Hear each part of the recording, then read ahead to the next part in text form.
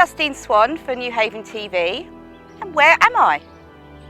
Well, I'm about 5 miles south of Lewes, county town, and about 1 mile outside of Newhaven, adjacent to the River Ouse.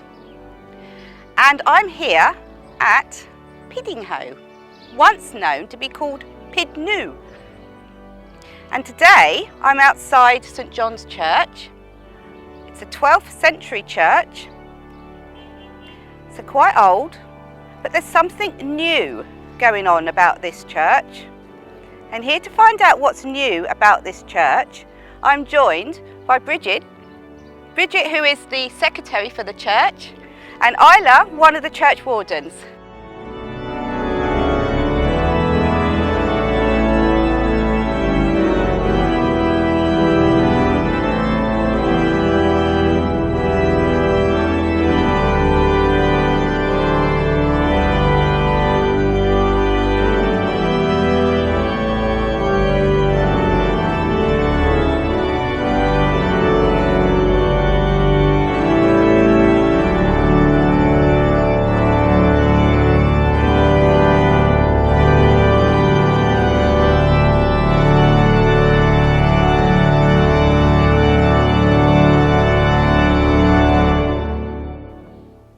So here we are inside St John's Church in Piddinghoe, Sussex, and inside I'm joined by Isla, the church warden, and Bridget, church secretary.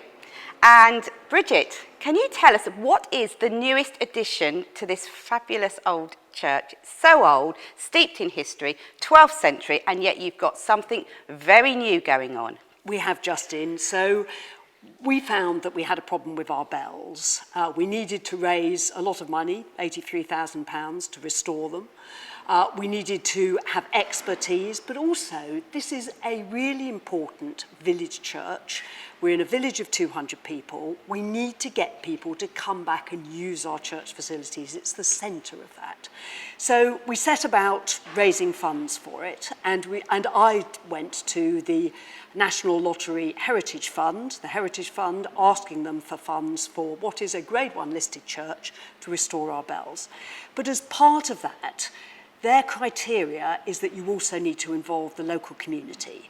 So we, as part of this project, which is, we've got 34,000 from the lottery, we've raised the rest in partnership funding, we have an expert who has not only given us generously in cash, but all of his expertise in the bells. But we have gone out to the community to look at projects, and we've got 2 very specific projects. The first is with a senior school, with Seahaven Academy. So we are looking at an oral history project, and we've got a real expert, and we will be inviting pupils to come in and look at our gravestones, to interview local people in the village, to look at what the links are with their families, and to create an oral history project, which will then be around for perpetuity. It is a way of recording history and learning about history in a local area. And then the second project, hopefully with a primary school, will be about handbell ringing. So that will help, and also we have support from the Sussex bell ringers. They will help us to train people in full ringing in other churches which have bells at the moment. So we're hoping that the project will start in September. We're waiting for the final planning permission from the Church of England, and then we will start by having to remove the bells. They will go off to the foundry, they will be retuned, and they will be then bought and rehung. We will have a film made of the project. We will have these other 2 projects going on with oral history and with the handbells. We will have an exhibition in church, and we really will involve the local community and make those links to Newhaven, which after all is only half a mile if you're walking along the riverbank. And we see that, and the cultural emphasis that you've got in Newhaven very much is balanced and complemented by what we're doing here in Piddinghoe. That sounds wonderful. So this really will become a hub, a cultural community hub, bringing the community together. And it started with the bells. And I'm thrilled to hear that. So will there be an opportunity for local people to come and learn to bell ring? Absolutely, there will. Fantastic. There is this wonderful community of Sussex bell ringers. I think they have 16,000 members. Oh, gosh. So there's an awful lot of people there who do full bell ringing. That's so much more than I expected. Exactly, and they are enormously supportive of this project. We've been very lucky. We've had the Celtic Trust who's actually providing us with money for the second part of the bells. So we have 3 bells. We're going to complement them with 3 more treble bells, which are of the same era. Isla will talk more about that. So we've had a lot of support in raising the money and the funding to do something which, to me, it's about preserving this church, Preserving our history, opening and preserving our history. Well done. I think that's amazing. I'm thrilled with that because it is so important to preserve our history. It is. So if we can go over to Isla. Isla, hello. One of the church wardens here. What a fantastic job you've got in this beautiful old church. It really is stunning. What can you tell me about the history and what's going on here today? Well, the church is early 12th century, and it was handed over to Lewes Priory in 1123, just as the nave and the bell tower. And the bell tower is particularly important because it's only one of 3 round towers in Sussex. Ours here, up the river about 1.5 miles, is southeast with the second one, and St Michael's in Lewes up the High Street is the third. So there are only 3 in Sussex. And we, I think, have got the only bells that will actually ring full circle if they're fitted to do so. So it is important. The bells themselves that we've got up there at the present moment, the 3, a tenor, a second and a treble, they're all 1713, recast then by Samuel Knight in Southwark, and they're beautiful, but they've never really been restored during, or serviced, if you like, during the subsequent years. I see. There was some work done in the 1980s when 2 of them were fitted with new headstocks, unfortunately of green oak, so that they very slightly have shifted, and this produced the problem that started all this off in 2019, when one of our bell ringers heard some funny noises and thought the bell was going to fall on her head, but it didn't. But she was quite right. The headstock was slightly warped, the bell fitting was very slightly loose, and so the bell clunked when it was moved, and this was important. Having got experts to have a look at them, we realized, or we were told, that the cast-in crown staples which hold the bell onto the headstock are made of iron. The bells are bronze, and this is a recipe for ultimate disaster because the iron rusts and expands and the bells split, and then you've got nothing left at all, and you might as well get our dustpan and brush out. I see. So restoration of the 3 was obviously important to look forward as a community into the future and keep them ringing. 2 of them have still got the old, probably 1713 wheels to allow them to run full circle. One of them has been refitted with a lever so that it can only chime. But nowadays we chime them only on a regular basis because the wheels are of that age, and the whole thing the frame is that age as well. So we don't want to put it under too much strain.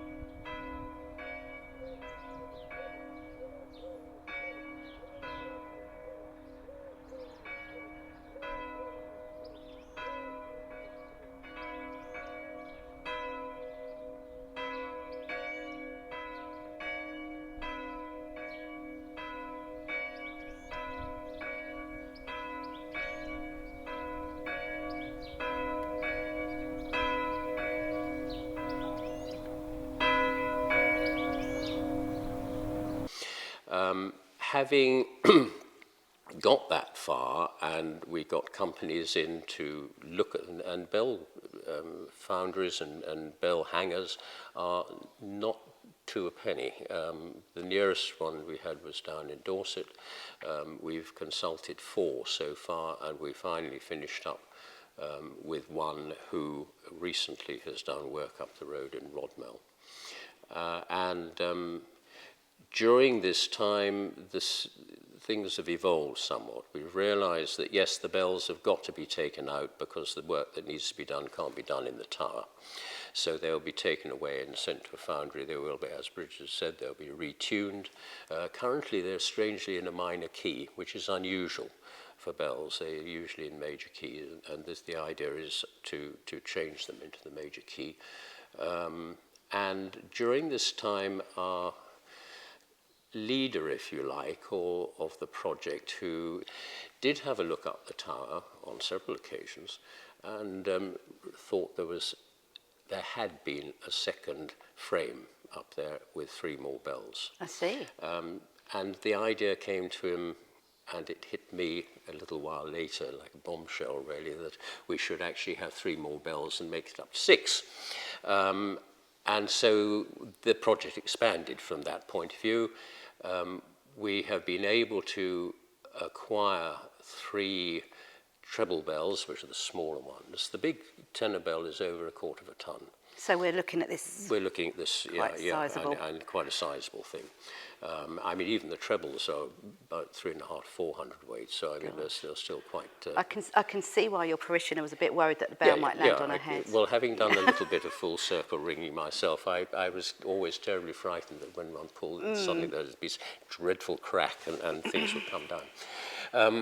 So the decision was made to try and get 3 more bells. The Celtic Trust is a trust that takes in bells from churches whose spires or towers are being either demolished or come out of use, and the bells are no longer used. And they try to rehouse them in similar churches to their age, if they can, either in this country or abroad. And they did find, as Bridget said, 3 bells which were early 18th century, about 1736, I think they are. So they'll, in a way, match our 1713 bells. Which is a good marriage. Which is good. Yeah.